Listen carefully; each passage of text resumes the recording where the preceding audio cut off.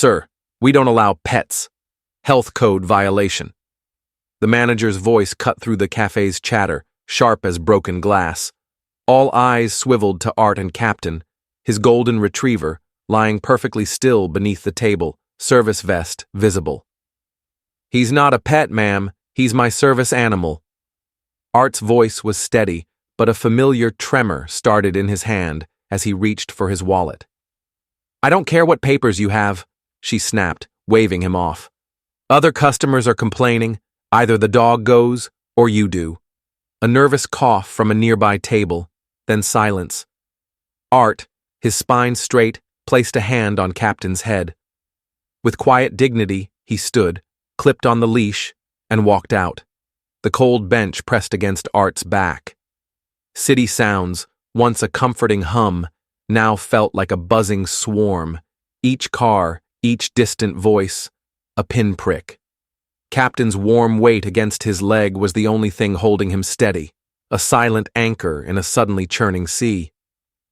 The manager's words echoed, sharp and dismissive. "Pets."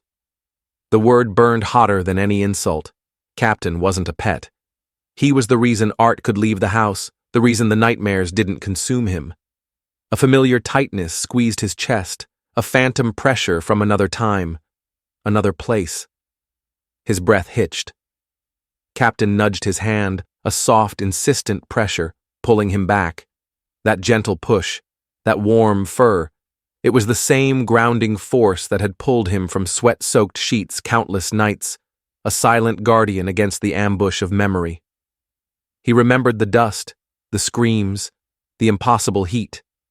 His hands, now slightly trembling with age, had once been steady, tying off arteries, whispering reassurances to men whose eyes held the terror he now fought to keep at bay. "Stay with me, son. That's an order." He'd said it 1,000 times, pulling them from the brink. No parades for coming home, just a quiet, suffocating silence, bills, and the relentless replays behind his eyes. Civilian life, a battlefield of its own. Captain, years later, had learned his language of panic, the subtle shifts in his breathing, the tremor in his hands. He'd create space in crowded aisles, press his weight against Art's chest when the world felt too much, a living shield against the chaos.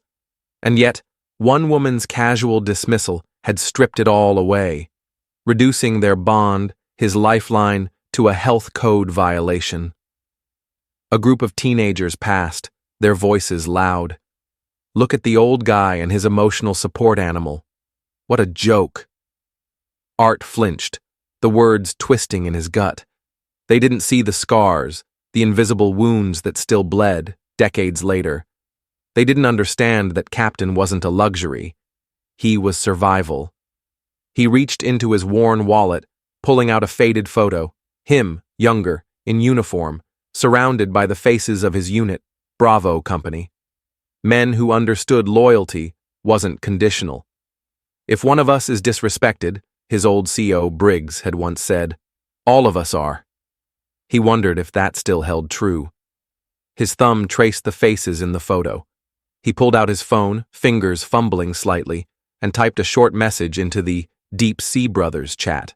"The daily grind, Captain and I, asked to leave." He didn't ask for help. He didn't need to. They would understand. The daily grind hummed with its usual afternoon rhythm. Laughter from a corner table, the clatter of dishes, the whir of the espresso machine. Brenda, the manager, straightened a stack of napkins, a small, self-satisfied smile playing on her lips. The morning's incident was long forgotten, just another minor annoyance handled. Then, the heavy cafe door swung inward. 6 figures stepped inside, a wall of crisp navy blue and marine dress greens. Their boots tapped in unison across the tiled floor, each step echoing in the sudden, profound silence that fell over the room. Conversations died mid-sentence. Forks paused halfway to mouths, every eye in the cafe fixed on the newcomers. Leading them was Commander Evelyn Reed. Her uniform was immaculate, her posture ramrod straight, her silver hair pulled back in a severe bun. Her gaze was direct, unwavering, the kind that commanded attention without a single shouted word. Brenda, behind the counter, watched her approach, her face draining of color, her hands instinctively adjusting her tie. Commander Reed stopped at the host stand, her voice clear and resonant, easily cutting through the stunned quiet. "We're here to inquire about an incident this morning." Her eyes swept over Brenda, then the empty table where Art had sat, involving a former corpsman, Arthur Jenkins, and his service dog Captain. Brenda stammered, her voice a nervous squeak. We didn't know. There was confusion. Health regulations, ... Commander Reed's voice remained calm, but it held an undeniable edge. She cut Brenda off, not with anger, but with an authority that left no room for argument. Respect for service should not be conditional. Her gaze sharpened. And the Americans with Disabilities Act is quite clear about service animals. The air in the café grew thick with unspoken tension. Patrons leaned forward, some with curiosity, others with a growing sense of unease. The weight of the uniforms, the stillness of the room, made the manager's flimsy excuses crumble. A young sailor, his chest adorned with ribbons, stepped forward from the formation. He placed a framed photo on the counter. Art in his younger days, uniform crisp, a faint smile on his face, and Captain, a puppy then, looking up at him from a military ceremony. The sailor's voice, though not loud, carried to every corner of the now completely silent diner. "This man," he said, gesturing to the photo, "patched up my uncle in combat, saved his life. This dog keeps him alive now. They've both served this country better than most ever will." The other diners watched, stunned. A little boy, who had been standing on his chair to see, was gently pulled down by his mother, who whispered something in his ear. His eyes, wide with understanding, turned back to the uniformed figures. The young woman who had earlier snickered about emotional support pets stared down at her untouched meal, tears welling in her eyes. Her phone, which had been recording, lay forgotten on the table. "We're not here for vengeance," Commander Reed continued, her tone measured, devoid of aggression, yet firm. "Marines don't operate that way.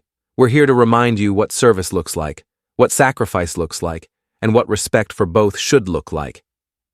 Another Marine, younger than the first, stepped forward. His voice was raw with emotion. "Sir, my own brother came home from Iraq with PTSD so severe he couldn't leave his house for 2 years. His service dog gave him his life back. When you disrespect a service animal, you're not just breaking the law, you're potentially destroying someone's lifeline." Commander Reed nodded gravely. "Service animals aren't pets. They are essential medical equipment that breathes. Would you ask someone to leave their wheelchair outside, their prosthetic leg, their medication?" Brenda's face flushed crimson with shame. I didn't think of it that way," she mumbled, her gaze fixed on the floor. "That's precisely the problem," Commander Reed replied, her voice softening slightly, but the message remained sharp. "Too many don't think. They just react." She then placed a small, folded note on the counter, a simple, handwritten message from Art. "I don't need apologies, just kindness for the next veteran who walks through your door. They may not have someone to stand for them." Without another word, the uniformed personnel turned in perfect unison and began to leave. No meal ordered, no further confrontation. Their presence had delivered the message more powerfully than any speech could have. The ripple had begun. As the uniformed figures exited, an elderly woman at a nearby table paid her tab quickly and followed them out, offering tearful thanks for their service.